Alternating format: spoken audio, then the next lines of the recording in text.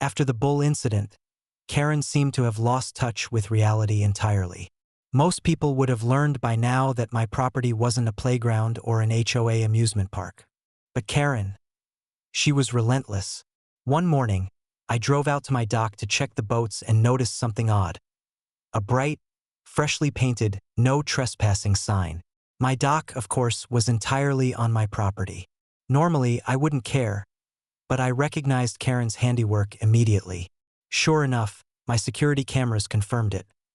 Karen had waltzed down to the dock early that morning, armed with a paintbrush, a stencil, and that smug smile she wore like armor. She clearly thought she was asserting some community authority. I shook my head, muttering, "This woman never quits." What she didn't know, however, was that this dock wasn't just my private landing. It was an official Coast Guard landing zone. Boats carrying personnel, supplies, and occasionally emergency operations relied on this dock for secure, immediate access. The last thing the Coast Guard needed was a homemade HOA sign warning them away. I immediately called the local Coast Guard office.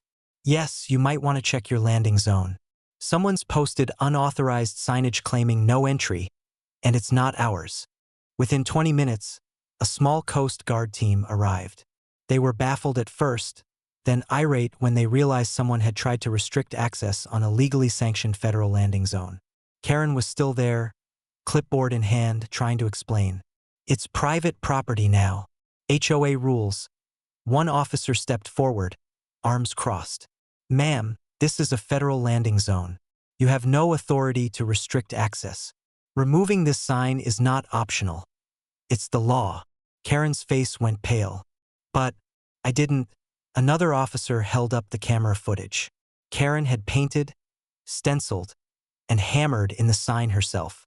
She had clearly intended it to stand until someone obeyed it. The officers smiled thinly. "Ma'am, you just interfered with federal operations. That's illegal. You'll need to come with us." By noon, Karen was on the receiving end of another citation. Interference with federal property, illegal signage, and obstruction of federal operations. The HOA board quickly distanced themselves, not wanting their names tied to a federal case. Meanwhile, I removed the sign, posted my official notice for property and federal use, and watched as the Coast Guard carried on with their business, unhindered.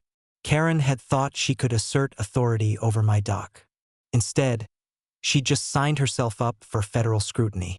As I sat back in my Adirondack chair, sipping iced tea, I couldn't help but chuckle. Some people see power in bureaucracy.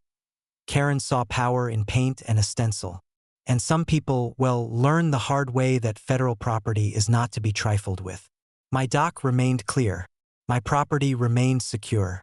And Karen, once again, had learned that her HOA authority ended exactly where my legal and federal protections began.